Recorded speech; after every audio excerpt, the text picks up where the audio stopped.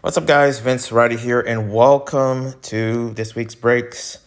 I know I took a break, but yeah, let's just get into this, get it over with. Saw a documentary of from the B-Boy Challenge from True Crew, Shaolin, whatever how his name is. And the weird thing is that he's German, so I don't even know how Germans even say his name since he is Vietnamese. But yeah, saw this documentary where he was, competing, stuff like that, talking about the culture. Also, it had subtitles, even though it was in German. So that helped, with the English subtitles. And he talked about like being a B-boy in today's economy in Germany, and also like how he was in the past and now how he is in the future. And it's interesting, especially for somebody like me that has been to Germany. It's always cool to, look back at, stuff like this, where he's at and stuff. And I just look at the buildings. I'm like, oh, yeah, I've seen that before. But also, like, yeah, he, pretty much injured himself. He had he would talk about how he got into the crew and stuff. I think there was a good amount of stuff that I didn't really pay attention. This is not necessarily a freaking documentary review at all. But after watching that documentary, I was like, oh, this is just, you know, like spoilers, he lost when he was in the finals. I think I do remember watching that battle. It was the same event or something, where they basically hold the German championships for the Olympics, for the future Olympics. So this was probably a year or 2 years old or something like that before the Olympics was taking place. Definitely before, Shaolin got dreads, even though he's Asian, pretty, Southeast Asian, but still, it's like, man, he had like the cornrows or everything as of right now, and maybe he probably changed it up later on in the future. But looking at that, I was like, what is this? Well, yeah, Shaolin, this is kind of like just, I don't know, an interesting documentary because it showed his injured, how he got injured, his battles, um, his techniques, his philosophy in breaking, his family. Yeah, definitely check it out. Also, I did watch the B-Boy Casper interview with B-Boy Ronald, where he pretty much, this is a podcast series by District Arts, but basically it's from B-Boy Ronald. I don't know why Ronnie. Why did I say Ronald? That I was like, wait a minute, that doesn't feel right. Okay, I said his other name, B-Boy Ronnie. I'm sorry. Okay, but yeah, Ronnie interviewed B-Boy Casper. Definitely check that out. That was a cool podcast. It's kind of like showing like where B-Boy Casper is at. And I forget that he had a beard. I forget, he talked about his life in Hollywood, and also him, doing movies and stuff like that. Especially both B-Boy Ronnie and B-Boy Casper's relationship with Justin Bieber. That's interesting. And yeah, and also Casper did say like, yeah, I have nothing to do with the Diddy parties. That was funny. But also, B-Boy Wicked, Bay Area legend from Renegades. And he, like, at this point, I don't know how old he is. I think he's like almost close to 60 at this point, but he is a B-Boy that I've been watching a long time ago. And yeah, apparently he does still break. And if you do know him, he is from the B-Boy from You Got Served, that old, at this point it's an old movie, but it was kind of like a choreographic movie back in like '05. And B-Boy Wicked apparently has his own shoe. So that's kind of interesting to know that, that would happen. But yeah, he has his own shoe with this shoe company. Let me go look it up, actually. It's the shoe. Where's actually? Let me go to Wicked's Instagram. And yeah, the shoe is called Strike Movement, I believe. Like, they do clothing and stuff like that, but apparently they make shoes. They make some skate shoes and stuff like that, but I didn't know that they. And here's the thing: I'm not sure if this shoe is, for breaking. I'm really hoping it is. I'm really hoping that it's a relatively, just the same equivalent like the Dizzy Treads, but different? And if so, in terms of like I wish you would advertise like with this shoe you can break like this. It has like I wonder whether the details of this shoe specifically being for breaking. And from the looks of it, it kind of looks like a shoe that would be for breaking, but I couldn't tell. But I wonder if it's really close by. I would love to buy me a pair of strike movements. I've been dancing with the Dizzy Treads. Well, not a lot because I don't want to wreck those because I mean, since the tariffs, it's kind of like, but since this is like what strike movement and pretty much strike movement is here in the US as well. So I don't need to deal with the tariffs. I wonder if I can actually really get my own, especially for something like this. I mean, B-Boy Wicked is from the Bay Area, and he got his own pair. And I wonder if they're actually based here in California. So it's pretty cool. It could be something in the future. I'm very curious to try those shoes out. And also I still want to try out, Nike, Air Jams. Those, as the Nike Jams, man. It being from Nike and it being an actual like, even though it's pretty expensive and stuff like that, I would love to break on those. And there is some upcoming B-boy shoes out there that is coming soon. Especially the first class from B-boy Flea Rock actually is like I'm still waiting for that. Till this day, and I pretty much think I asked them about it like when I was with Spin Theory and stuff. I'm very curious to know like when is this shoe going to be a thing out there. Like, is it still on the works? Because it's kind of been years. So yeah, shout out to B-Boy Wicked for the new shoe for the community, for B-boys and B-girls. Listen, we just need clothes that is for breaking. That should and especially I just want clothing that represents breaking in general because, well, if I can rock clothes that are for skateboarding and, I do skateboard, but I want to, represent, a sport that is something that I do literally the majority of the time, and that is breaking, that is b-boying. So, I'm curious to see more of it. Anyways, let's move on to some b-boy events here and there. We're going to talk about Battle Cercle 2025. The event where apparently when you lose, you have to switch shirts. I don't know why. Man, I was looking at the battle between, and it was like Issei, and also Issei with two other B-girls because it's a 3v3 event. And apparently, one of the girls had to change from it. And I was like, man, I saw not only that, but they just look uncomfortable. I'm like, damn, I feel bad for these two B-girls. And they were pretty young. It was like, they didn't know what to do. It was like, wait, we have to give them our shirts, which is kind of like a weird thing because here's the thing. If I'm battling anybody and they have to give me their shirt that they sweated on, by the way, that is the most stupid, most absolute dumbass kind of like rule. Like, hey, if you lose, you have to give the other B-boys or B-girls their shirt or your shirt or whoever, wins. Like the loser has to give you their shirt. I don't want your shirt. If I win against somebody, I don't want your shirt, okay? I don't want any of that. I don't want like that. What kind of rule is that? Like nobody wants your sweaty shirt. That's disgusting. Get that away, okay? The thing. I think what I could be wrong, but this is just an idea. But I could be wrong as well. B girl Sissy, another B girl that lost to a group of B boys. I'm not sure if it's Indigenous Crew or Red Bull BC1 All Stars, but Sissy did give a shirt, but didn't take off her shirt, which is smart. I was like, oh, here, you can take this shirt that I was going to wear. And it was like, oh my, listen, we could have changed, but what kind of stupid rule is that? Like Battle Cercle, what were you thinking? Like the loser, the most dumbest rule ever. Some B-girls, especially B-girls, and maybe some B-boys don't feel comfortable taking off their damn clothes when they're breaking.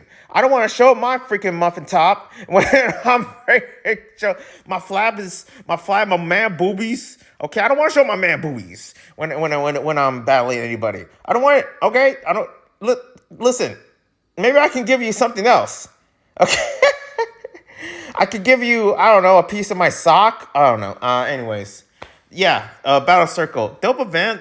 Dope moves, dope B-boys, dope B-girls here and there.